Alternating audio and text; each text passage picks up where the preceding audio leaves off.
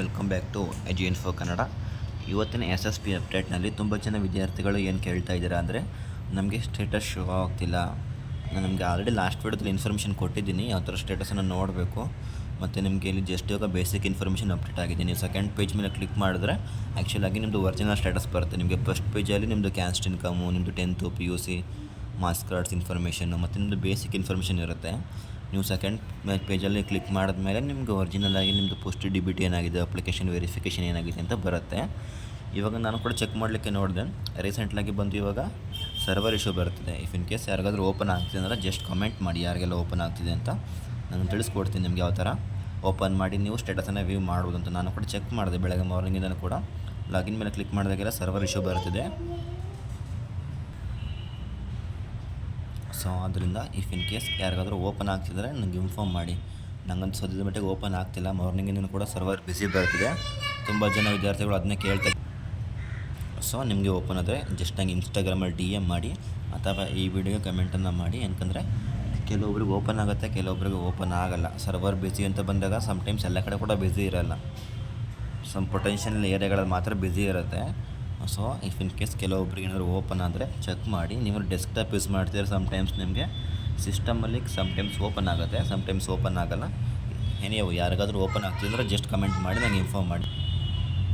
ಮತ್ತು next update ಏನು ಅಂದರೆ, ತುಂಬ ಜನ ಏನು ಹೇಳ್ತಾ ಇದ್ದೀರಾ ಅಂದರೆ, ಇದಕ್ಕೂ ಅದಕ್ಕೂ ಏನು ಸಂಬಂಧ ಅಂದರೆ, ನೀವು ಅಪ್ಲೈನ ಮಾಡಬೇಡಿ ಅಂತ ಹೇಳ್ತಿರೋದು ಏನಕ್ಕೆ. ಮತ್ತು ನೆಕ್ಸ್ಟ್ ಇಯರ್ ಸ್ಕಾಲರ್ಶಿಪ್ಗೂ ಲಾಸ್ಟ್ ಇಯರ್ ಸ್ಕಾಲರ್ಶಿಪ್ಗೂ ಇನ್ನೇನು ಡಿಫ್ರೆನ್ಸು, ಏನಕ್ಕೆ ಅಪ್ಲೈನ ಮಾಡಬೇಡಿ ಅಂತ ಹೇಳ್ತಿದೆ ಅಂತ ಕೇಳ್ತಾ ಇದ್ದೀರಾ. ನಾನು ಜಸ್ಟ್ ಒಂದು ಕ್ವಿಕ್ ನಿಮಗೆ ಒಂದು ಜಸ್ಟ್ ಅಪ್ಡೇಟನ್ನು ಕೊಡ್ತೀನಿ ಇಲ್ಲಿ ಏನಾಗಿದೆ ಅಂತ.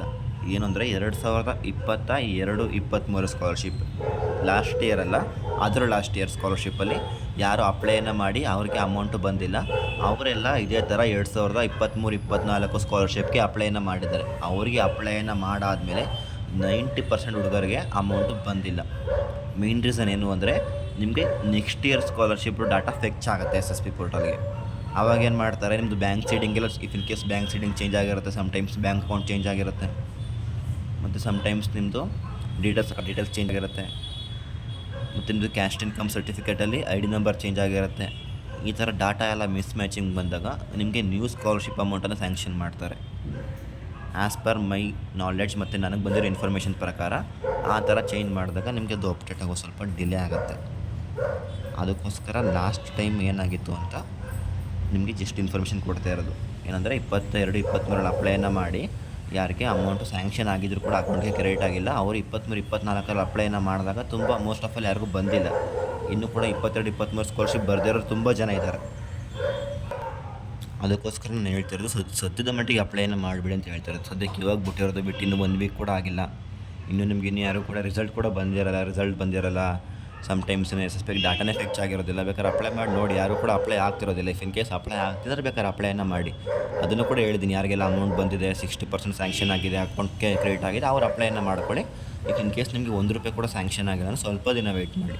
ನಾನೇ ನಿಮಗೆ 2 months 3 months ವೆಯ್ಟ್ ಮಾಡಿ ಅಂತ ಹೇಳ್ತಿಲ್ಲ. ಸ್ವಲ್ಪ ದಿನ, ಒಂದು 15 days 10 days ವೆಯ್ಟ್ ಮಾಡಿ.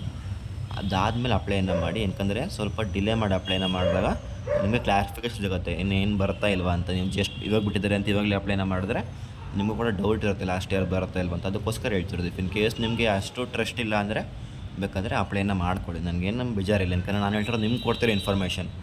ಅದು ಅಮೌಂಟು ನಿಮಗೆ ಬರ್ತಿತ್ತು ಹೊರತು ನನಗೇನು ಅಮೌಂಟ್ ಬರೋಲ್ಲ. ನಿಮಗೆ ಸ್ಕಾಲರ್ಶಿಪ್ ಅಮೌಂಟು ನಿಮಗೇನೆ ಬರೋದು, ನನಗೇನು ಬರ್ತಿರಲಿಲ್ಲ. ಜಸ್ಟ್ ನಾನು ನಿಮಗೆ ಇನ್ಫಾರ್ಮೇಷನ್ ಕೊಡ್ತಾ ಇರೋದು. ಡಿಪಾರ್ಟ್ಮೆಂಟಿಂದ ಇನ್ಫಾರ್ಮೇಷನ್ ಕಲೆಕ್ಟನ್ನು ಮಾಡ್ತೀನಿ. ನಿಮ್ಗೆ ಏನು ಇನ್ಫಾರ್ಮೇಷನ್ ಬೇಕೋ ಆ ಇನ್ಫಾರ್ಮೇಷನ್ ನಿಮಗೆ ಕೊಡ್ತೀನಿ ಅಷ್ಟೇ. ಇನ್ ಕೇಸ್ ನಿಮಗೆ ಟ್ರಸ್ಟ್ ಇಶ್ಯೂ ಇದೆ ಅಂದರೆ, ಯಾರಿಗೆಲ್ಲ ಲಾಸ್ಟ್ ಇಯರ್ ಸ್ಕಾಲರ್ಶಿಪ್ ಅಮೌಂಟ್ ಬಂದಿಲ್ಲ, ನೀವು ಡೈರೆಕ್ಟಾಗಿ ಅಪ್ಲೈನ ಮಾಡಿ. ನನಗೆ ಈ ಥರ ಬೇಜಾರಿಲ್ಲ, ನೀವು ಅಪ್ಲೈನ ಮಾಡ್ಕೊಳ್ಳಿ. Thank you for watching video. Next ವಿಡಿಯೋದಲ್ಲಿ ಸಿಗೋಣ. ಧನ್ಯವಾದಗಳು.